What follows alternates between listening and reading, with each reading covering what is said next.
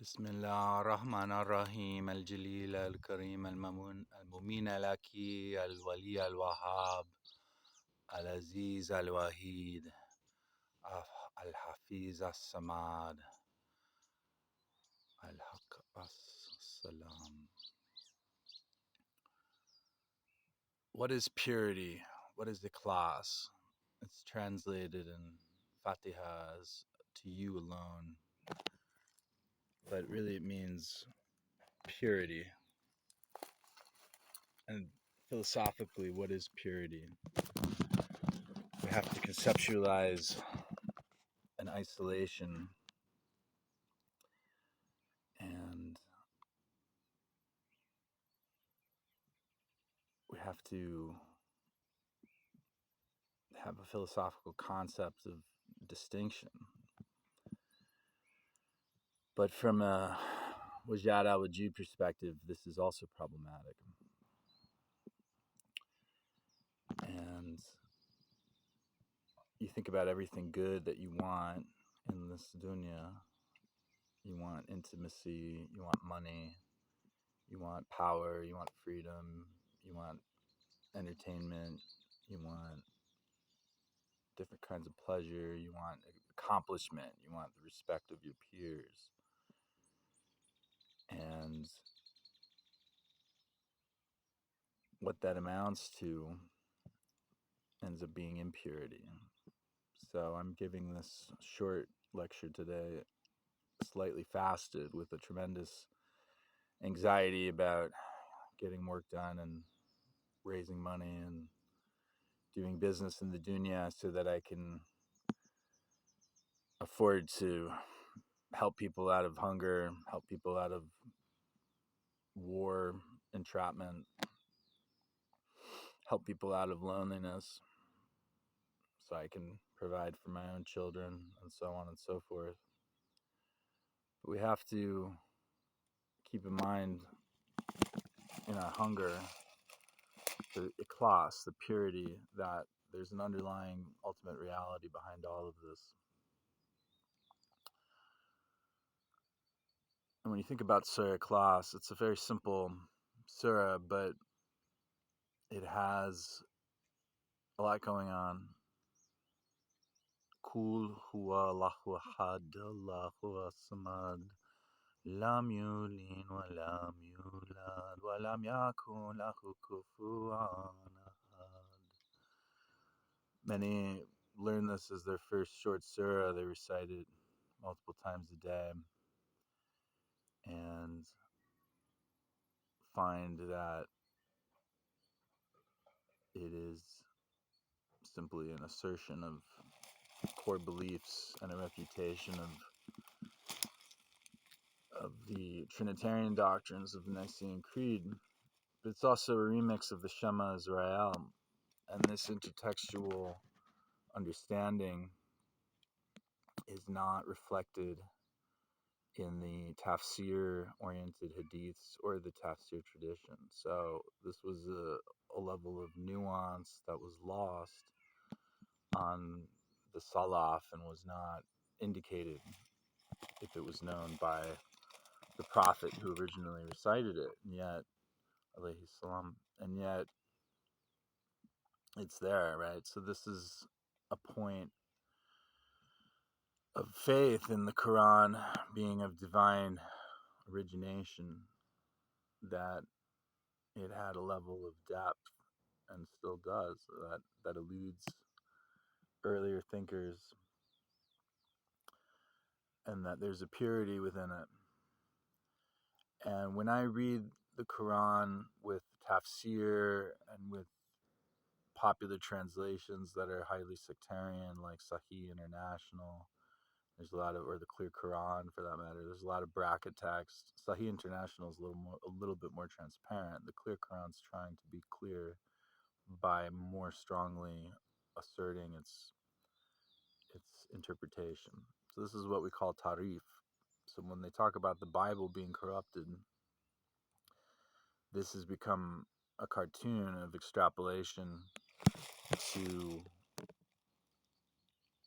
basically, this is like a wholesale fabrication And in reality, you could take something like the Gospel of John, and biblical Unitarians argue this all the time, that there was tarif in how theos and theon in John 1:1 was translated into just being the same word, when really it reflects an agentic Christology, where the identity is not the same. It's more about a divine affiliation and other points.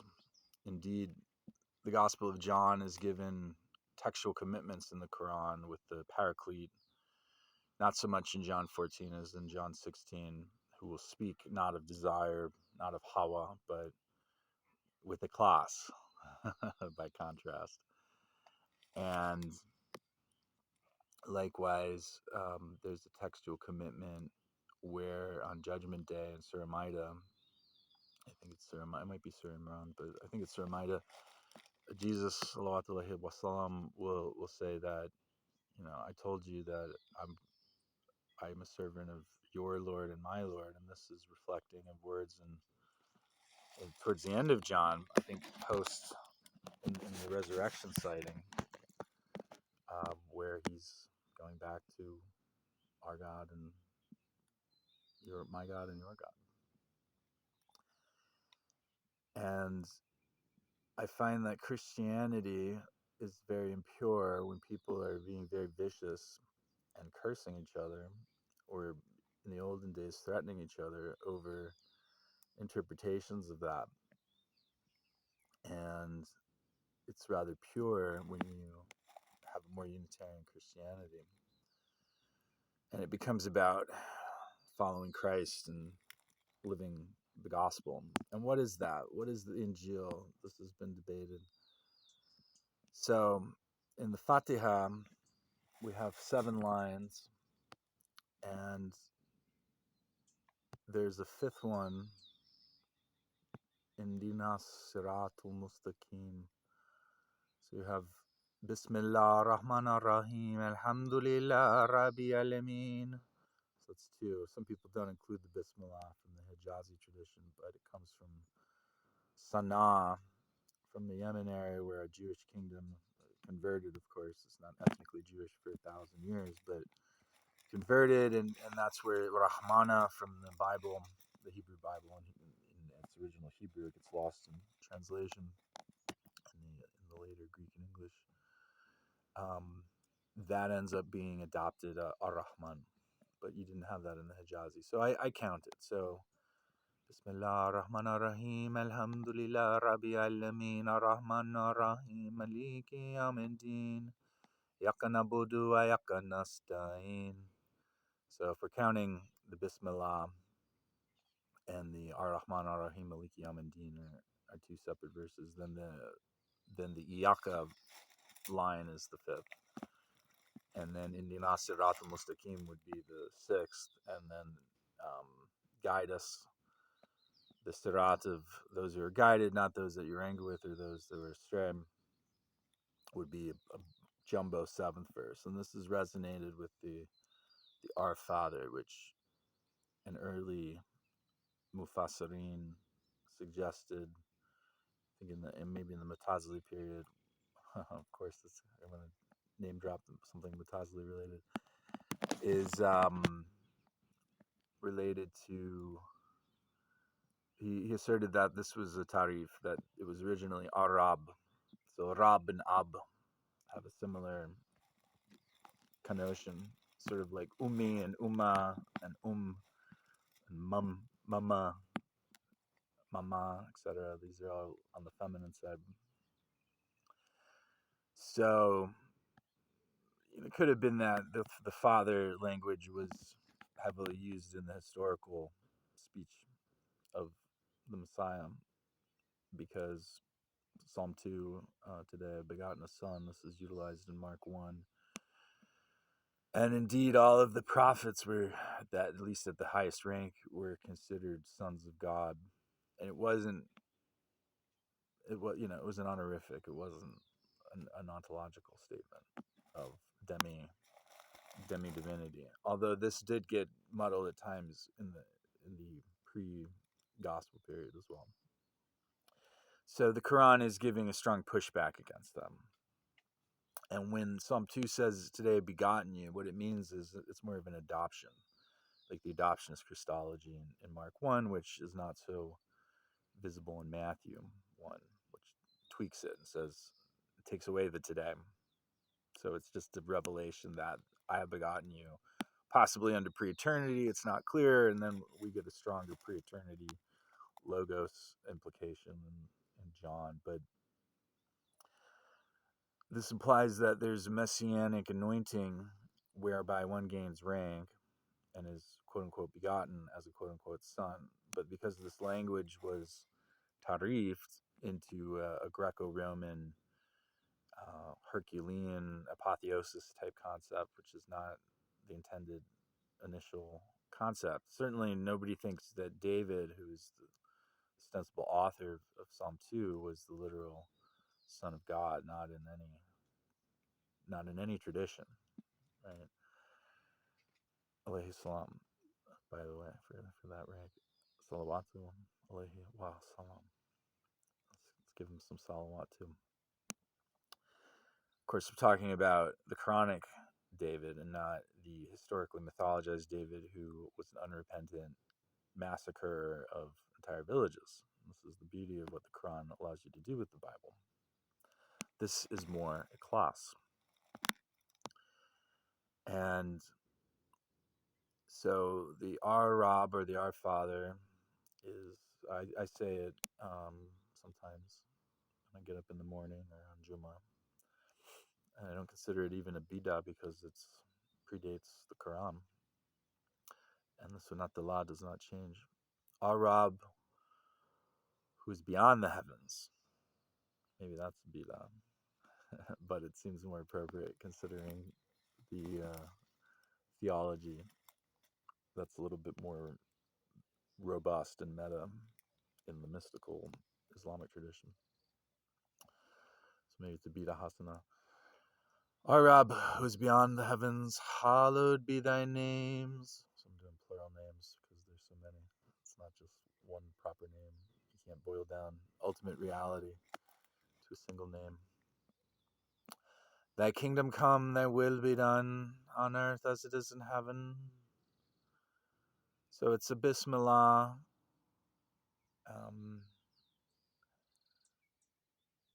There's the names Ar-Rahman Ar-Rahim. It's alluding to the name or names. That's line 2.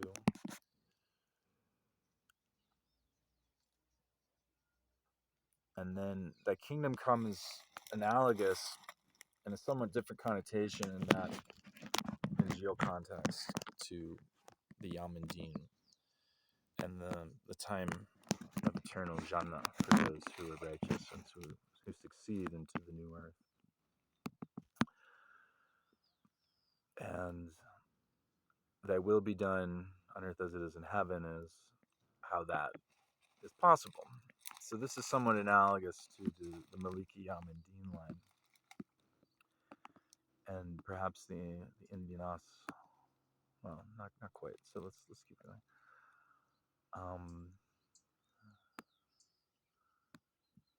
Give us this day our daily bread, and forgive us our trespasses, as we forgive those who trespass against us.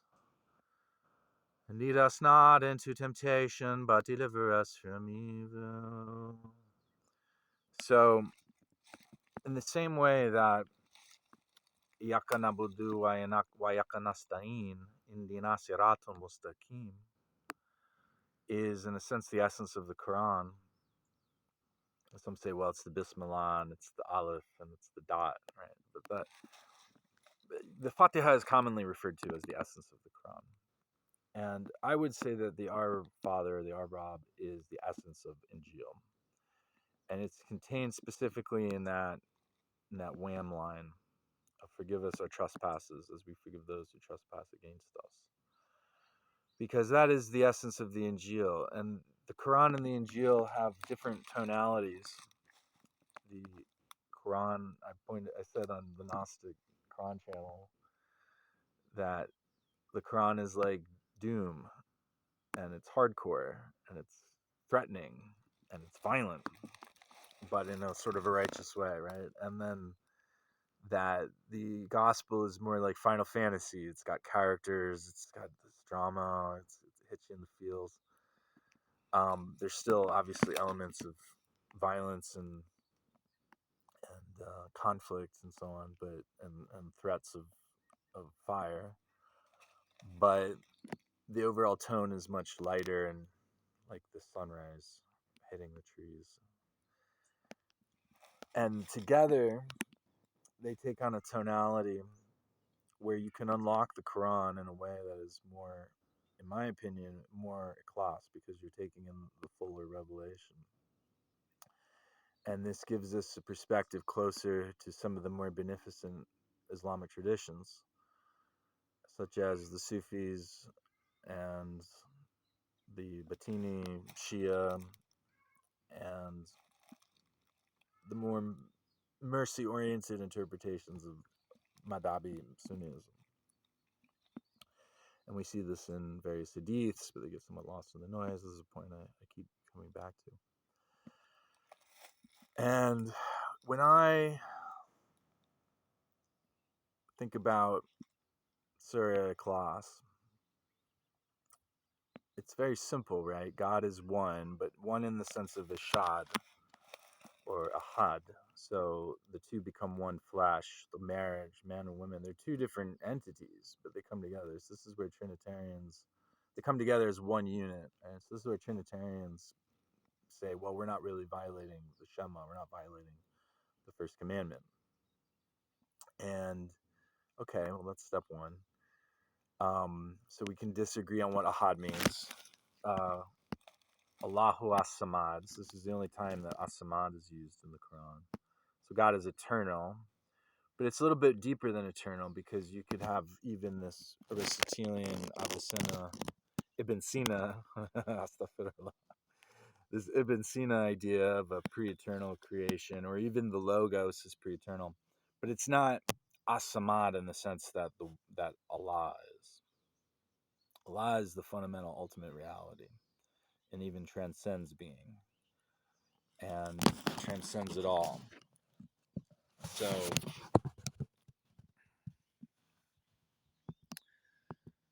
there's some infinite depth to that statement. And then so far we're in agreement with other monotheists like Christian Trinitarians on these two verses.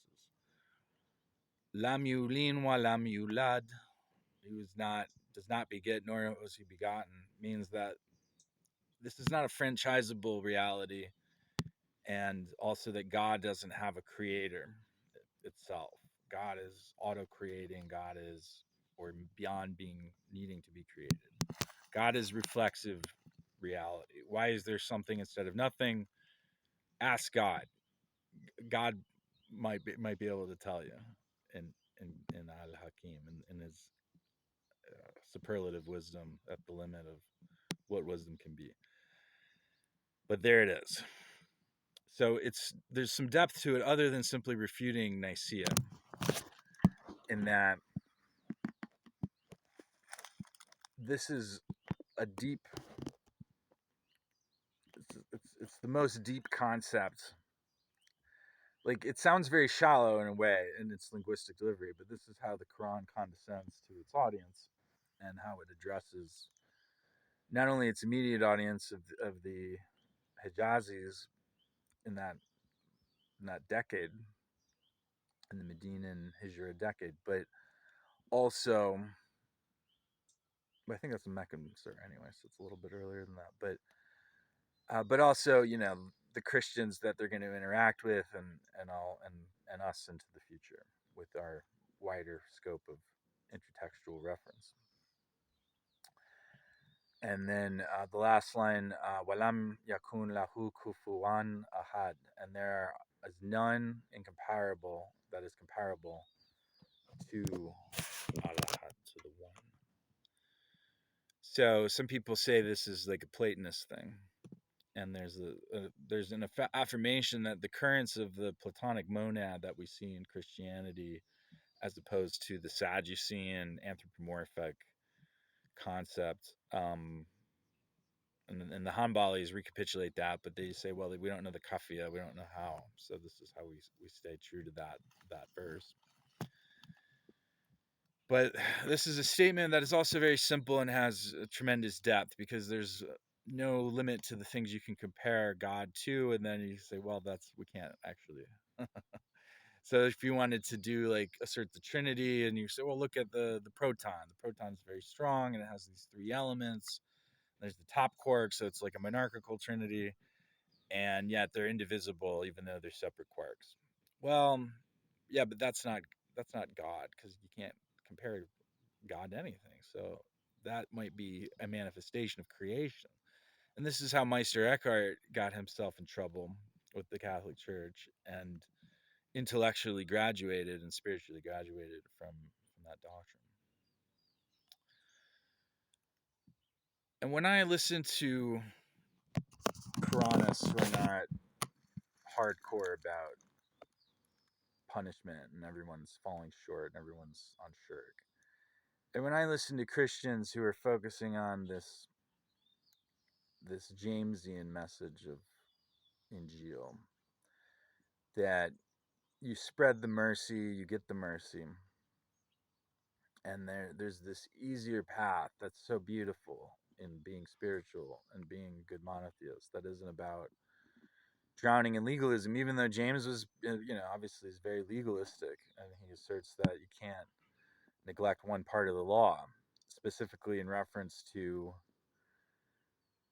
feeding the poor outside when you're done praying. And that's a nice part of the law to make that emphasis with. And then in the Quran, we have this in a negative sense about Bani Israel driving people from their homes, which obviously is reflected in the current tragedy and crime scene of Gaza. So this also highlights the tonality difference. They're sort of saying the same thing, and the examples that are given are not something trivial like missing a step in wudu, or doing it out of order, or having a deficient salah, or or the debate about when to break the fast, and so on. Rather, it's about something that is social and is fundamentally important, and that is the justice dimension of it is obvious to anybody who's ever been hungry or oppressed. And I guess, I'm giving this talk and I have this channel in the first place because, why do I feel this lightness when I listen to certain people in these religious traditions? And then I feel this fitna when I listen to so many others. And it's because of the Iklas, it's because of the purity. When you not only isolate God alone as your focus of devotion, but you appreciate that this devotion is ontologically, not just in a divine command happenstance that could be switched up, but ontologically oriented towards a deep fitra resonant, beautiful justice, which is merciful and loving. You can't help but feel good, because it's like your soul is a musical instrument and you're playing all the right notes and you're building up the scale and you're hitting that top note, and it's a beautiful thing. And inshallah, Juma Mubarak. I hope that you carry that resonance with you into this day. Alaikum salam wa rahmatullahi wa barakatuh.